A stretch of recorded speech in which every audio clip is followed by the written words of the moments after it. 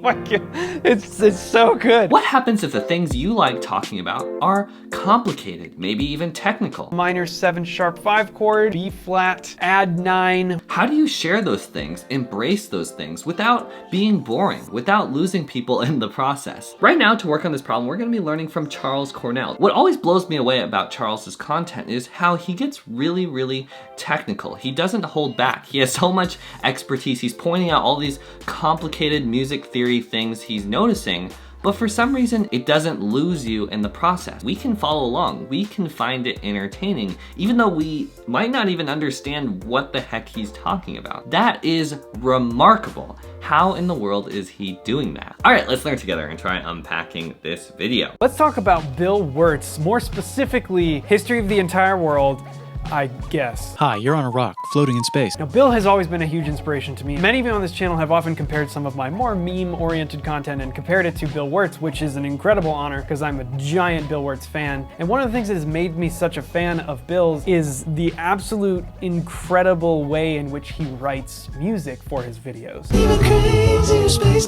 So I wanted to take a look at some of the music in History of the Entire World, I guess, so that we can kind of take it apart, see what's actually going on inside of it, and maybe try to theorize it, how on earth he came up with stuff that sounds so great. It stands out to me how Charles Cornell started his video. He's gonna get really technical later in the video, but he started things out with a great entry point. He started off saying, hey, let's talk about Bill Wurtz.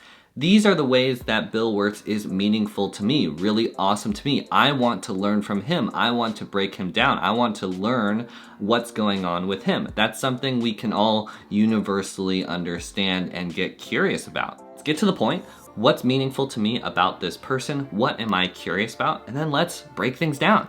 I miss you. How did this happen? A long We are 12 seconds in, and already, I remember the first time I saw this, I was just like, whoa! Because even just that one, how did this happen lick? How did this happen? It's so great. Okay, so let's take it apart. What's actually inside of this?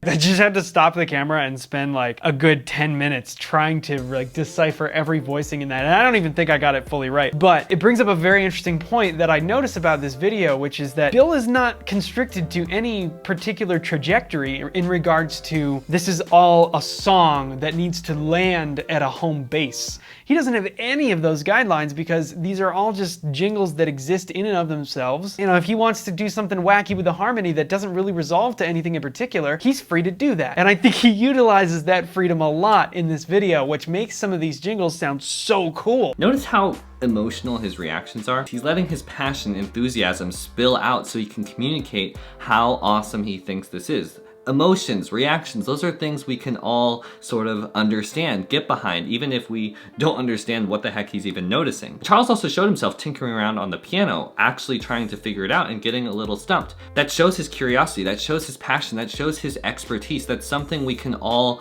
universally understand and get engaged by. Landing at a home base. It doesn't have to be a song. Bill uses this freedom to create something wacky. That's so cool. He's really good at putting things into terms we can all understand. We can all sort of feel. How did this happen? That's an interesting melody to begin with. And you know, I think a lot of times when people write melodies in this particular manner, you could think of it like, well, how would you speak that? How did this happen? I mean, it kind of, how did this happen? How did this happen? So you could hear how, like, if I just said that without even thinking about the melody, how did this happen? It kind of goes, how did this happen? And that's exactly what we see reflected in the melody. How did this happen? How did this happen? It's such brilliant melodic writing in direct correlation with the lyrics being spoken. Wow, he is a really skilled teacher. Did you notice how he walked us through that? He was using his gestures, he was doing it over and over again. He tied it to things we know in real life. He focused our attention on the sound of things so we can all listen in closer and discover the things Charles is picking up just like that. Charles is being really thoughtful and intentional about how he's explaining things to you. He's able to do this because he has some serious teaching skills. So that brings up the next question, how on earth did he harmonize it? Well, that's a whole other story. If any of you guys know this better, and if you hear things differently than I do, please let me know, because I'm not 100% certain about this, but here's what I think. We have this first, we know the melody. How did this happen? And the bass line, as far as I could hear, kind of goes, which is a very interesting motion, okay? So we have weird. So let's fill it in. The best thing that I can hear is roughly,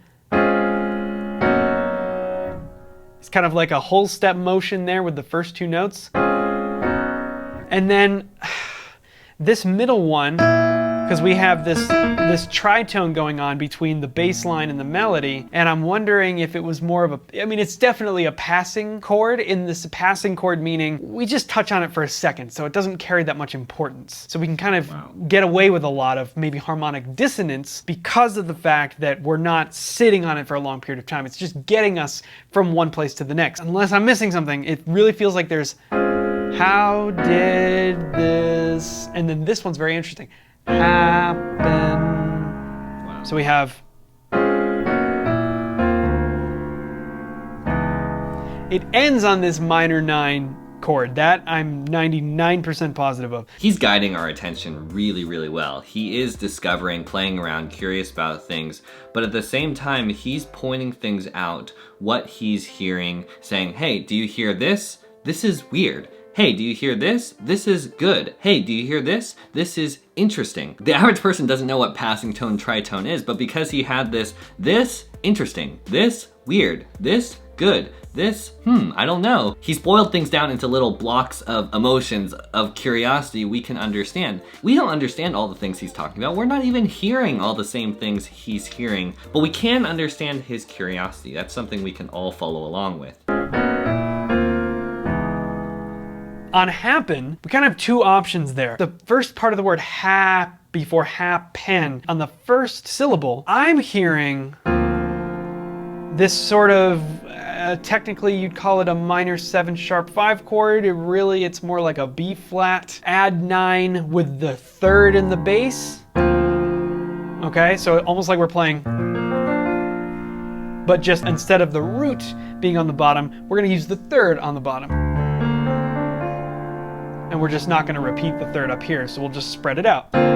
It's a beautiful voicing. I use it a ton. That's what I'm hearing. I love how he doesn't hold back. He's getting really technical. A lot of us aren't going to understand what he's talking about. I took a lot of music theory, a lot of piano, and I can't fully follow along or track all the things he's bringing up, but he just goes for it and says little things here and there that help us keep track of what's going on. He said, there are 2 options here. This is what I'm hearing. This is something I do. It's a beautiful voicing. I use it a ton.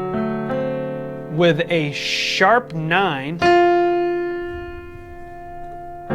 and a flat 13. So that's a whole bunch of super complicated analysis to just kind of point out, look how free we are in terms of turning a melody that is based on the lyrics it's written for, turning that melody into a harmonic progression that is so free and can really just do whatever it wants.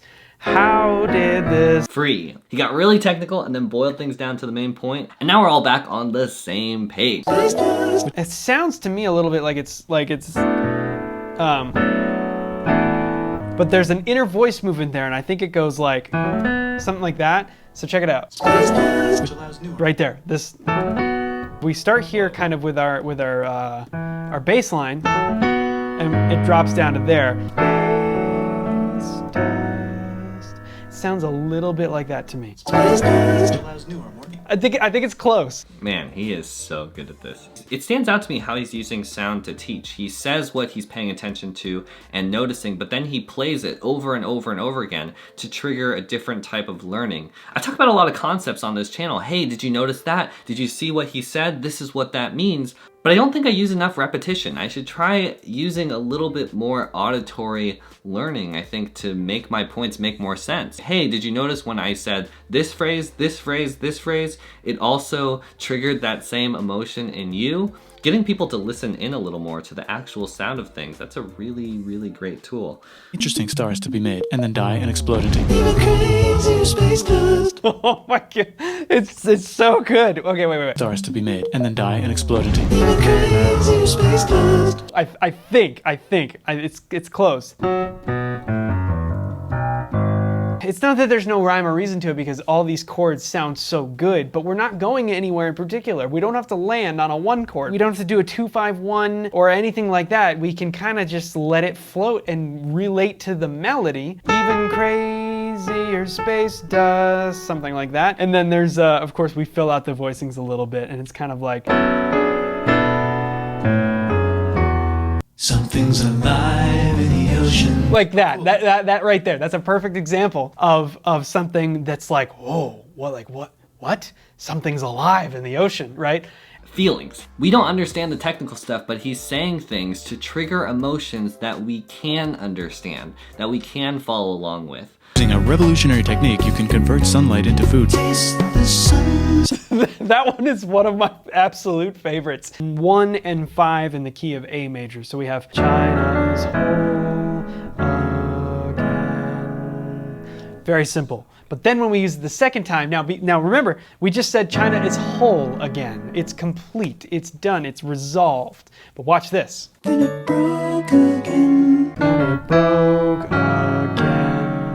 Now we have the same melody, but we landed on this E flat minor 7 chord, which is a tritone away from the A major that we landed on before, which was nice and complete and nice and, everything was home. He is such a cool YouTuber. Oh my gosh. When I think back on this video, I don't really remember the things he talked about. I remember him discovering things, delighted by things, how passionate he was tinkering around, trying to break down this person he was really inspired by. When you boil everything down, that is the story of this video. It's the emotions of it that create the story. A lot of times you don't remember the details of a story, you remember how that story made you feel. Weirdly, what he's doing in this video, pointing out the melody and the madness, trying to show you the harmony, melody inside all of this chaos, that's exactly why he's such a great YouTuber, why he's such a great communicator on this platform. He's taking something really technical, chaotic, overwhelming, and pointing out the feeling of it, the music in it,